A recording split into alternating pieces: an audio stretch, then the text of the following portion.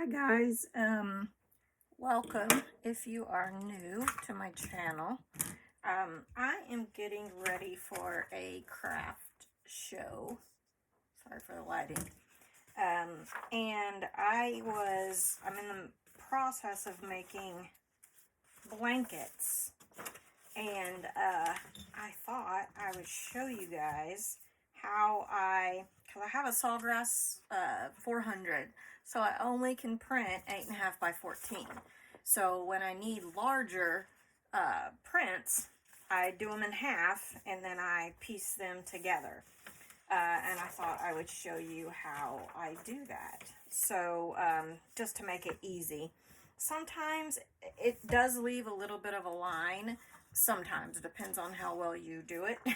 So with some things I would suggest not using this method and working around it somehow. I'm not sure how else you would do it if you need a bigger print. But anyway, I thought I would show you how I do it, so maybe some of you can do a little better. Or do it and make it bigger. Sorry. Stumbling over my words. So what I do I have a Sawgrass, so I use Creative Studio and Printmaster to print from. So in Creative Studio, I just half it, and I make sure that I get, so this is all of this eye, so I make sure I get a little bit of the eye. I don't try to get it exactly in half, because I'm going to try to line them up after I cut it. So you're always going to have a border around it that's white that you're going to have to cut off, only on one of them though. So I'll show you how I do that. I just take my ruler and my X14 knife and line it up as best I can. You don't have to get it exact because you have this image over here that you're going to line it up with. So just make a good cut, pretty even. Make sure you don't have any white showing from the border that's around it normally. And then what I do is I take it and line it up with the other piece, so I don't have any of that, I think we're about right there. I don't have any of that in my picture. So after I get it lined up, and I don't know what you guys are using, but in Creative Studio, it's going to be the same on whatever you're using to design in. I make sure that I put the design in the middle, whether it's horizontally or vertically, on both of these. That's just so these match up here and here, which doesn't really matter because I'm going to be tearing around the edge, but when you're trying to line it up, it's a little bit easier if the image is in the same place on the page on both pages when you print it. So I think that looks about good. Let me make sure that I've overlapped. Yeah, that looks good. So then what I do is I just take regular Scotch tape right now, and I do it at the because this is the front of your print, so you're not really going to want your heat tape on the front. You're not going to want any tape on the front. So I just take my Scotch tape and I go at the very top over here and at the very bottom over here, just to keep it in place until I can flip it over. So then I flip it over, and then I take my heat tape, and I pretty much just start like one at the beginning, you know, the very top of your print. I can see it through that paper. I usually do about 4 for something this size, 2 in the middle, and then I'm going to have one about at the bottom of where my print stops. So the reason I put the tape on the very far ends is because, I don't know if you guys do this, but I tear all of my, I'll show you one that I already have done. I tear all of my prints so they don't have a blunt edge when I go to sublimate. So I tear around the edge. So if you put this the Scotch tape on the far ends, then you can just tear it off, and you don't have to worry about pulling it off of the paper or whatever. It just saves a step, I guess. So I put it as far out as I can. When I get the tape on the back, then I'm able to rip around the edges. It just gives it more of a feather edge. These blankets tend to, I'll show you, so they're kind of you know, like, I don't know, like polar fleece-ish. I don't know. They're 100% polyester. But I can show you one that I have done. Hang on just a second. I should have prepared. Like I said, I'm getting ready to go to a craft show, so I've got things here, there, and everywhere. I'll show you on a white one because it's easier to see. I do have it wrapped up already. But these, when you press, you're going to get, you know, pretty much, I don't know, your press line. I do use pillows, but I do still sometimes get a press line. So after you press it, I take a lint roller and go over it real quick just to kind of fluff it up again. But tearing these edges like this gives you, and I do this for everything. I do it for my t-shirts and everything like that, just so you don't have that blunt edge. So when you tear it like this, it feathers it a little bit. I don't know if that's the right word, but you we're not going to have the straight line, first of all, and it's a little bit of a thinner edge when you tear it, just like any, you know, paper would have. So I'm going to tear around the edge, and then this one's going to be ready to press. I have one more, so I'll show y'all one more time. Because I have one more that I need to put together. So this one, I kind of try to get off any, you know, straight, pointy edges. But, so this one's ready to press. So I'll show you on this one. So, again, I tried to even it up on my print, what am I trying to say? Creative Studio. So you're going to take one side. I don't really have a preferred side that I cut it off of. If you overlap them, it doesn't, you know, like if you get a little bit of this in this print, I don't know if that's clear on what I'm saying.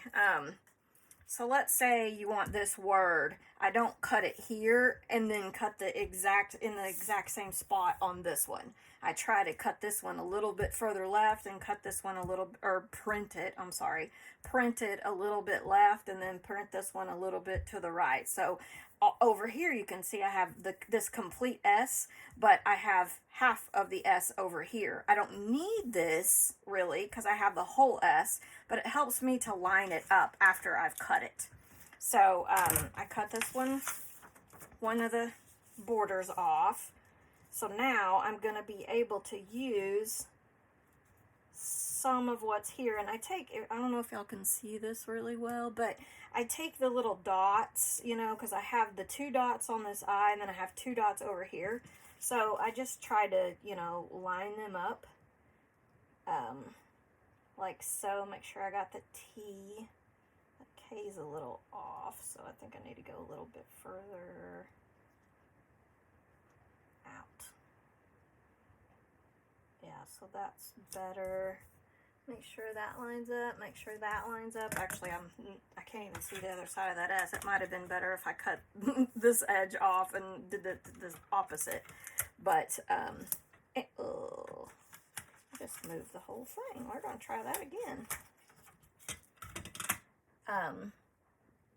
I mean, you could kind of look at it. Like I said, it might have been better if I cut this border off, and that way I had some of the S.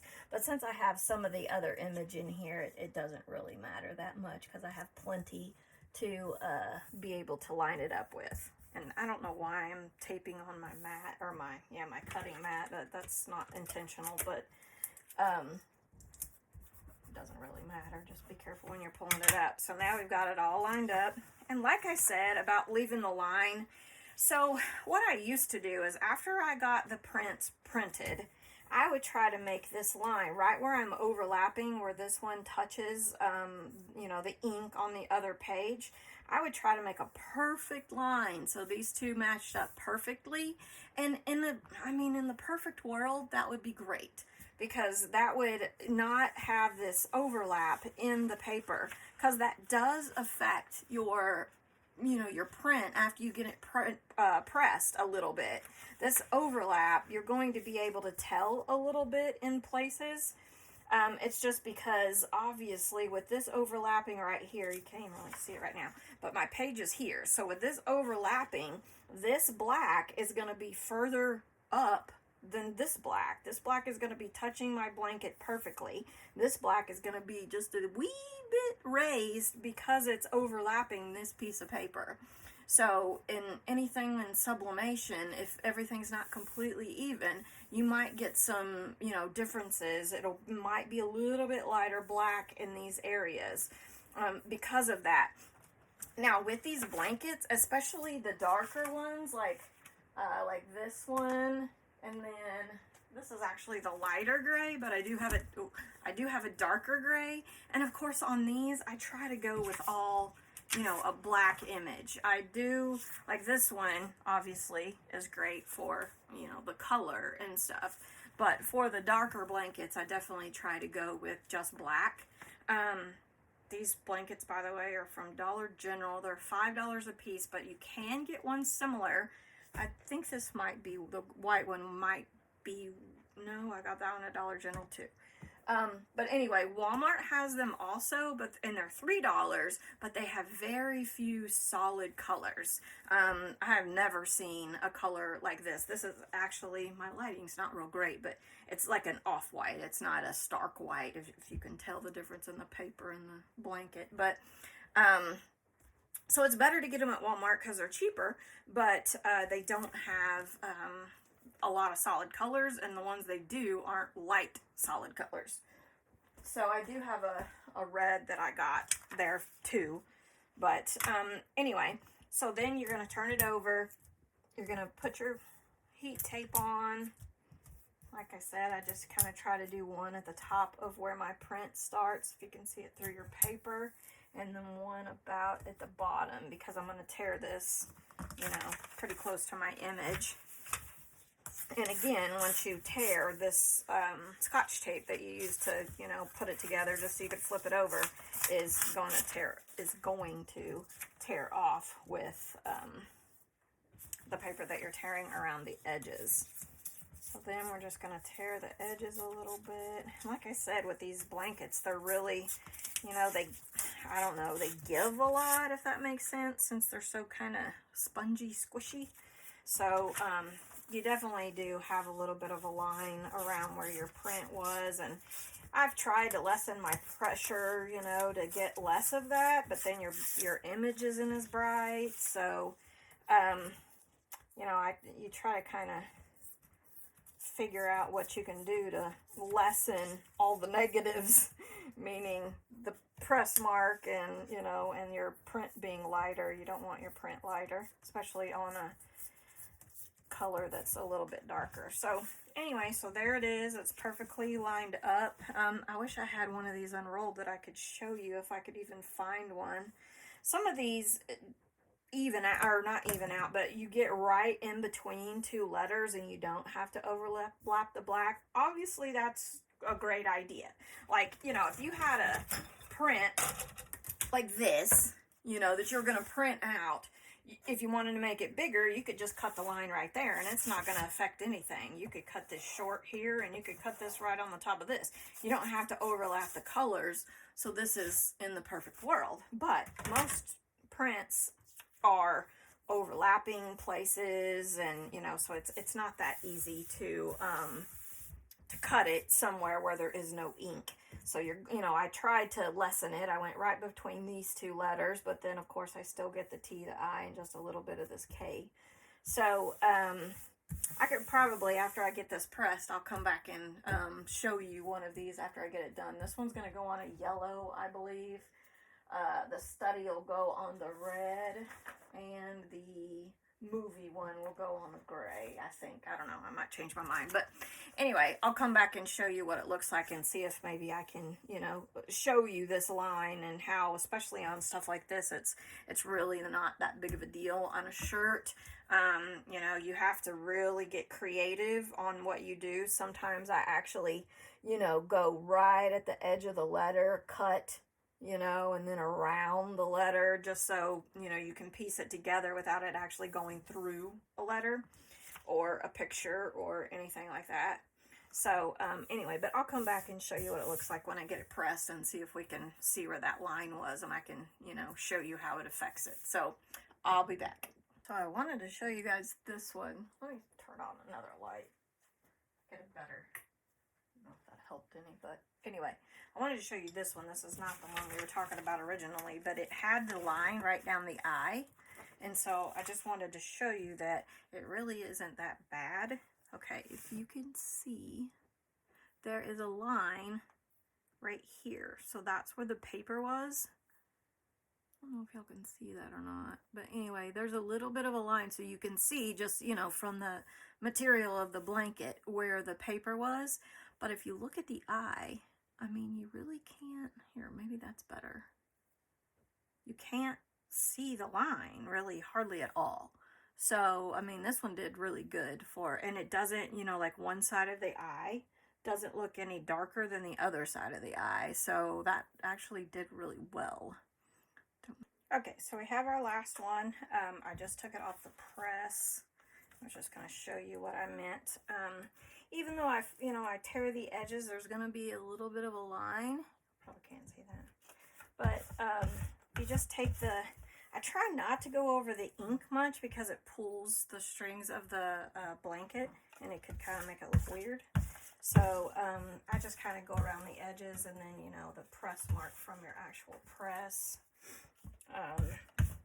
Just kind of lift the blanket up. Most of this will raise after the customer. If you can see, I got into that right there, that T. And it kind of pulled the color to the edge right there. I mean, it you know, fluffs back up like that, but I just try not to. And I just pressed it. I mean, obviously it's cool, so it should be permanent, you know. I mean, just like anything else you press after it cools. Sublimate, at least. But anyway, so I just kind of try to fluff it up around the edges and, you know, where the paper was. So this is actually the one that we were talking about before I started to press. So it does not go through the eye. It goes through the T a little bit, and then it goes through, oh, this is the one where it goes through the K. I was thinking it was another one. So it goes through the K close to the E. So yeah, I mean, you can't see it. I did pretty good with these because sometimes I can see it, but I can see now the line from the paper, just barely. And I mean, your customers are never going to notice this, the lines. And like I said, once it's washed, it kind of, you know, lifts up anyway, but I can see it. And then it goes through the T over close to the eye. So it goes like about right here. And then it goes next to the eye. I can't really see it actually, but anyway, but the good thing is that the T right here and then the K right here and then just a little bit of that little leg right there. And there's no difference in color. I can't even see my line. One of the ones that I did the other day, I think it's already wrapped up, but for some reason, I don't know what happened, but I could see the line pretty good. Now, once you lift up, you know, the blanket a little bit, it's barely noticeable. Like I said, your customers would probably never notice. But anyway, so, I mean, overlapping it like that isn't good for some designs. For t-shirts, I try not to do it. If I do, like I said, I'll try to cut, you know, like around the letter like this. And then, you know, maybe just like that. So it's just going over the little tail of the eye. And then, you know, I try to follow the pattern, whether it be a design or letters if I can. But these, I'm not really, except that one that I did the other day, I'm not seeing a big line or a problem with it, so I haven't even been focusing on it. But for my shirts that I do, I usually try to go around it or design. I design most of my own designs, but I try to design something that it doesn't overlap as much. Just a few little tips on splitting your design. If you have a printer that doesn't print, like a 13 by 19 or something. I'm holding out for a bigger format printer. Fingers crossed for maybe Christmas or my birthday's in February, but I want a Sawgrass, and so those are obviously a lot more expensive than the Epsons. So anyway, but this works perfect most of the time, so just wanted to show you guys how it worked. Thanks for being here.